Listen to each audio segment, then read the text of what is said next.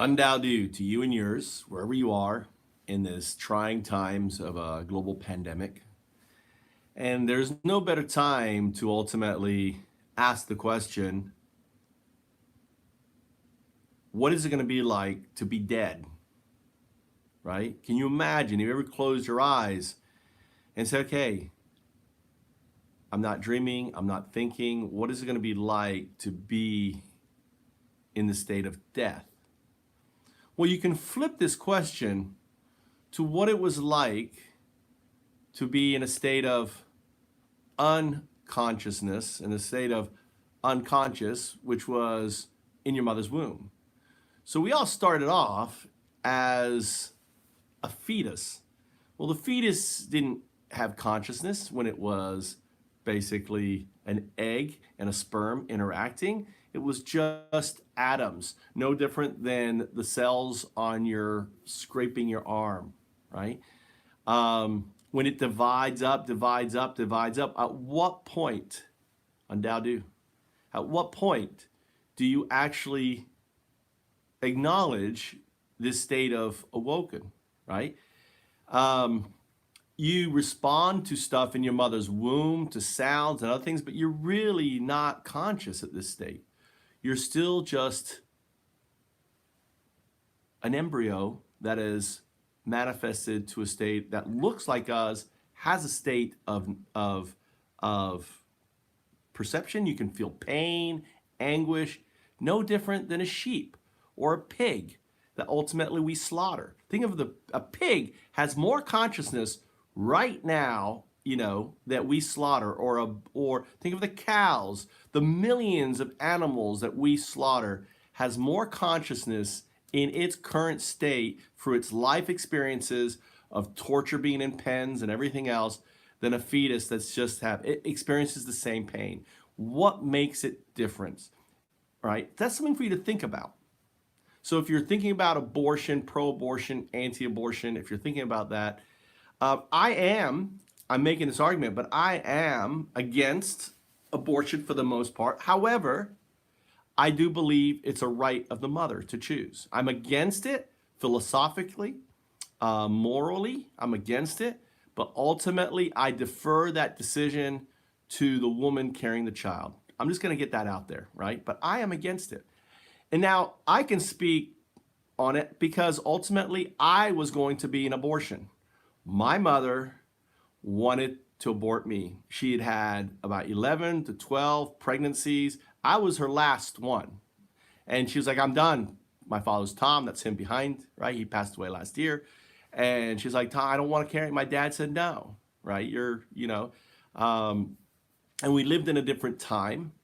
And ultimately, his decision made me. Now, do I hold any ill will to my mother? No. And if she chose for me to be an abortion, great, okay? Because I didn't have a state of consciousness. I was an and I really wouldn't know. I'm just returning to the state that I was prior to that consciousness. The same state where we are going to when we pass. There's no different. You got to think of an ocean, okay? You have ocean, you have clouds.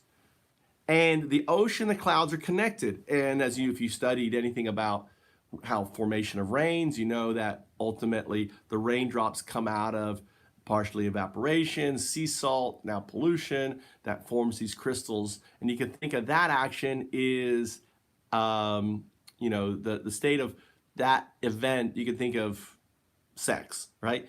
And then we become the raindrop falling down from the sky into the ocean. It's a short period. It seems like eternally. I bet from the point of view from a raindrop, it seems like eternity. And then what happens? It dies and returns to the ocean. You say, well, it's not really alive. Well, it's just a metaphor. So when you start thinking about where were you before the womb, it's a better way to be thinking that, because ultimately when you pass, you're just going to the same place. Death is not anything to be feared of. Death is not an ending. It's just a part of the cycle. Just as the rain comes and it flows, it goes back to the ocean, then goes into the clouds, and then you have this event. Our life is so short in the scope of things. Then when you start to realize that, you start thinking, well, where was my true birth? When did my true birth happen? Right? And that answer is actually very simple. The state of Un. So there was an event 13.8 billion years ago. And we know it's around 13.8 because we've been putting trillions of fiat currency into these hadron colliders to take us back to the energy, to the closest thing to the event. I don't like the big word, the Big Bang. We'll call it the event. And you say, well, and then it's common for someone who is ignorant in quantum mechanics and physics and say, well, who created the event? There was no creation of the event because there was no time. You're dealing with quantum mechanics, and there is no arrow of time. The arrow of time, the Tao, the Un, the state of Un, is this event. And you have to understand, there are literally, infinite, the infinite number of these events, okay? And because there's infinite, periodically one event happens. And when this one event happens, the arrow of time starts. And that is no different than the moment a fetus chooses to turn. What causes the fetus to turn, to decide to vacate the womb? What is that? Science can't explain it. They don't know when it's going to turn and come out. It's ultimately up to that fetus. And what is making, because there's no, something, it has no experience to do it. It just does it. It's kind of like the memory is built into its actually genetic code, right? Something inside of it decides to make it that turn. And if you've witnessed anyone who has passed, who has died, I witnessed my father passing here in this house that I'm in, and I witnessed him turn inward. So just as a child turns, or a fetus turns to come out of the mom, when you naturally die, you turn to go back into the state of Du. So this turning, this event that happens is just part of that cycle, right?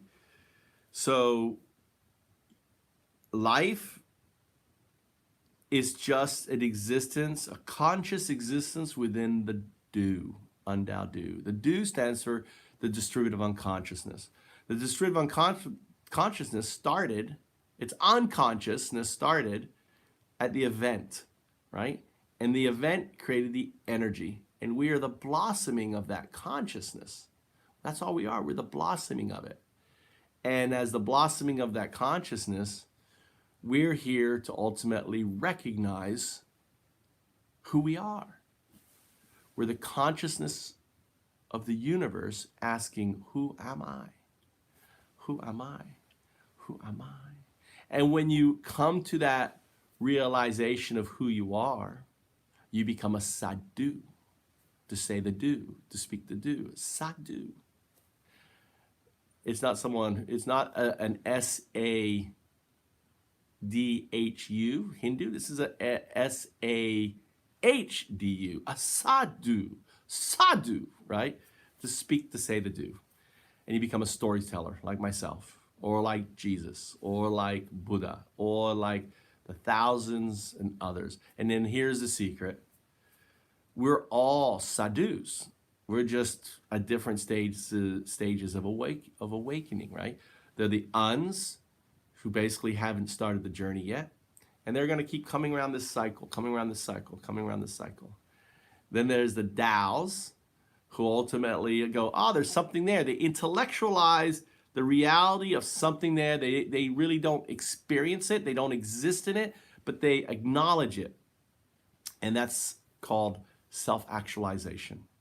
And finally, there are the Dus, those of us who awaken to this truth, who know that ultimately we are the universe. We're all the second coming. We're all Jesus. And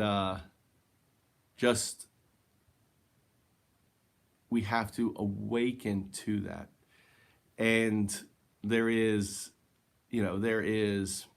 danger in this, depending on who you are, depending on your outlook, your belief system.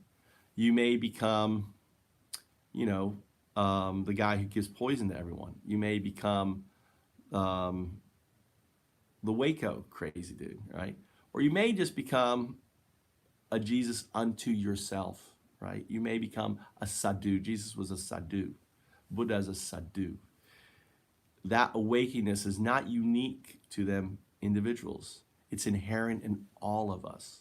And that's my message to you, is that ultimately the do is this kind of this foundation framework that started at this near singularity that is still expanding to you, and we are merely that expression of that thing. So UnDaoDu to you and yours. Be safe in this time of coronavirus. Don't let it bring you down, and wear a mask. Right? You could say that we have this evolved state of intelligence that ultimately gives us that understanding to do the right thing. Safeguard the loved ones, don't infect them, don't kill them, and contemplate and think about, where were you, right? Before your consciousness arrived.